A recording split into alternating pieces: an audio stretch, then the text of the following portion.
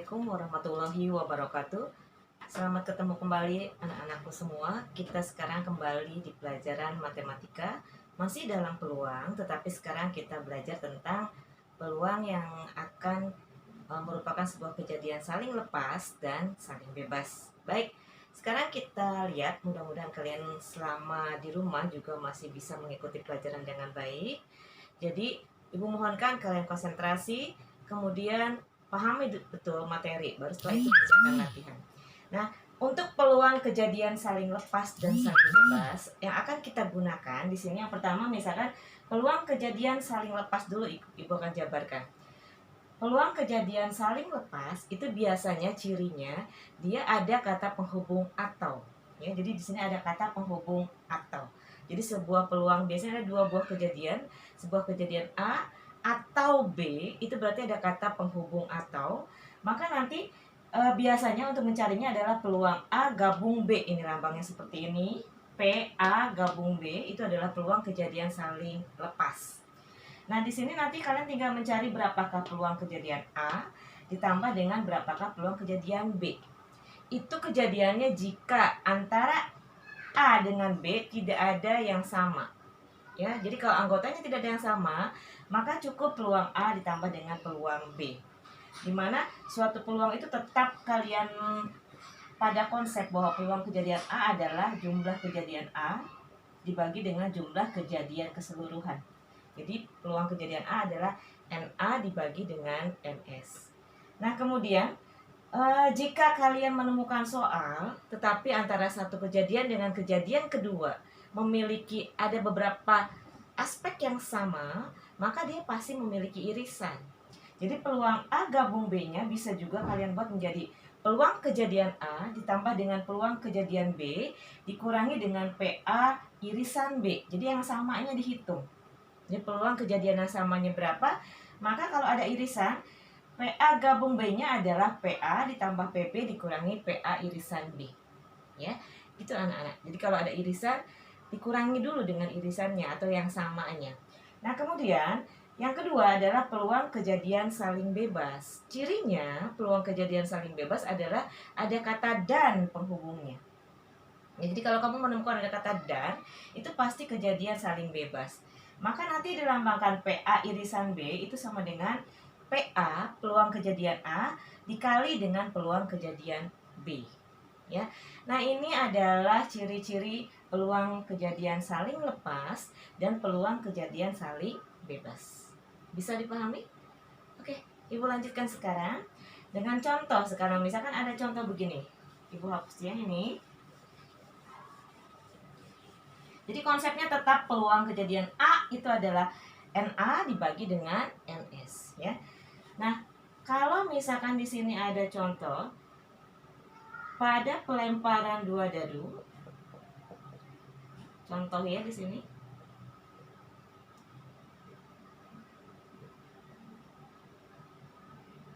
Tentukan peluang munculnya mata dadu berjumlah 2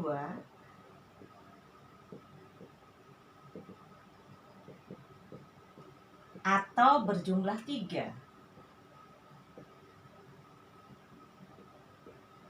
Baik, kalau ada contoh seperti ini, Ibu bacakan. Pada pelemparan 2 buah dadu, tentukan peluang munculnya mata dadu berjumlah 2 atau berjumlah 3. Di sini. Karena di sini ada kata atau, maka ini adalah peluang kejadian apa?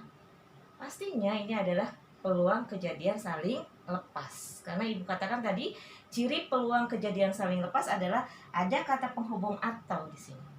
Baik, karena kita sudah tahu ini adalah peluang kejadian saling lepas, maka kita tuliskan dulu di sini. N berjumlah 2, nanti kita tuh hitung ada berapa. Kemudian N berjumlah 3. Dadu berjumlah 3 ya, pada saat dilemparkan 2 dadu. Kemudian ada NS. Kalau kamu melempar 2 dadu, itu berarti kan 1 dadu adalah 6, 1 dadu lagi 6, berarti tinggal kamu kalikan 6 kali 6. Jadi NS-nya adalah 36. Atau N A pangkat N gitu ya, 6 pangkat N.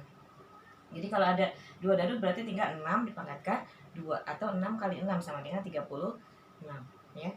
Nah, untuk n berjumlah 2, jika dadu dilemparkan, kalian sudah Ibu ajarkan cara membuatnya menggunakan kotak dadu 1 dengan dadu 2. Berarti kalau yang berjumlah 2 cukup kalian tuliskan di sini 1 dengan 1.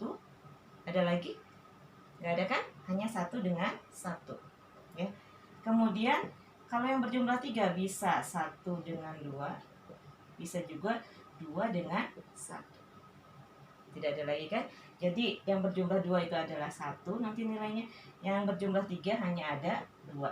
Maka peluang kejadian PA ini adalah peluang kejadian A-nya. Yang berjumlah 2 adalah A.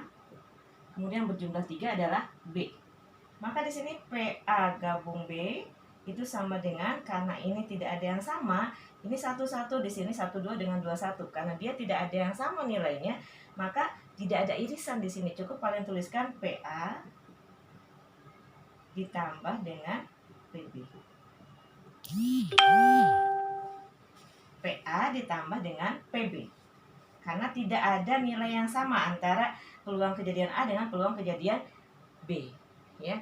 Tapi kalau nanti di saat di peluang kejadian A dan di peluang kejadian B ada yang sama, maka akan kamu kurangi dengan yang samanya ada berapa ya. Nah, PA-nya berarti sama dengan, karena PA-nya itu hanya 1, berarti 1/36 ditambah dengan yang PB ada 2, berarti 2/36. Pada konsep bahwa peluang itu adalah NA dibagi NS. Jadi sama dengan 1/36 tambah 2/36. Jadi jawabannya adalah 3/36. Mau diperkecil boleh, karena 36 bisa dibagi 3, 3 pun bisa dibagi 3.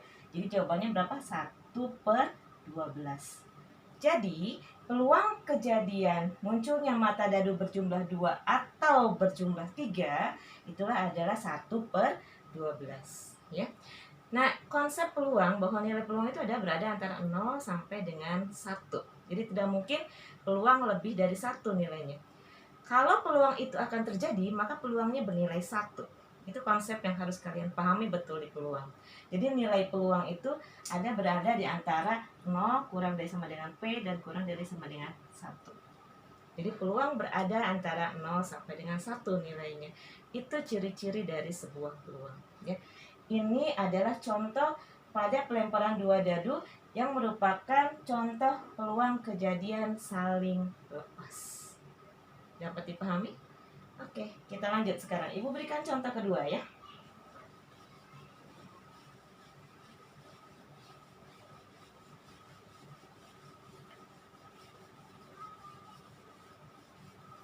Misalkan sekarang pada permainan kartu bridge sekarang ya. Pada permainan kartu bridge,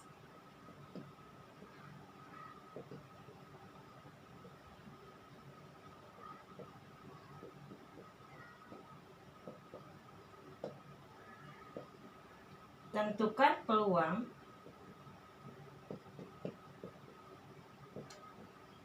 terambilnya kartu as dan kartu tempe, atau kartu as dan kartu tempe. Nah, kalau ini tidak mengenal irisan karena ada kata dan, berarti ini pasti merupakan sebuah kejadian saling bebas ya. Maka dituliskan PA irisan B itu sama dengan PA dikali dengan PB, di mana PA-nya adalah peluang munculnya kartu as yang diminta. As pada kartu bridge itu ada berapa? Pasti ada 4 macam kartu di kartu bridge, maka asnya pun pasti punya 4. Maka kamu tuliskan 4 per jumlah kartu bridge tanpa joker yang kita pakai ya, berarti 4/52. Jadi biasakan untuk menghitung peluang pada kartu bridge, kita menghitungnya tanpa joker. Jadi 4/52. Nah, kamu boleh bermain tentang kartu untuk permainan seperti ini. Jadi sambil bermain kamu belajar tentang matematika. Jadi sambil bermain kartu, sambil belajar matematika ya. 4/52 itu peluang terambilnya kartu as. Dikali dengan berapa peluang terambilnya kartu tempe. Karena satu kartu bridge itu berjumlah 52 dengan 4 macam varian, maka 52 dibagi 4. Jadi masing-masing kartu variannya adalah berjumlah 13. Satu varian berarti 13 kartu, maka kita tuliskan 13 per 52. Nah, tinggal kamu hitung, berarti kalikan berapakah 4 dikali 13 dengan 52 dikali dengan 52. Silahkan kalian hitung sendiri. Ini adalah cara mencari peluang kejadian saling bebas dan saling lepas. Nanti kalau misalkan ada juga yang bersyarat, misalkan pada saat pengambilan kartunya tidak dikembalikan, itu ada syaratnya. Kemarin sudah Ibu bahas dan sudah diberikan di latihan pada saat kalian belajar tentang peluang. Nah, ini anak-anak, mudah-mudahan kalian bisa menerima tugas dan latihan. Silahkan lihat di GC Ibu ya.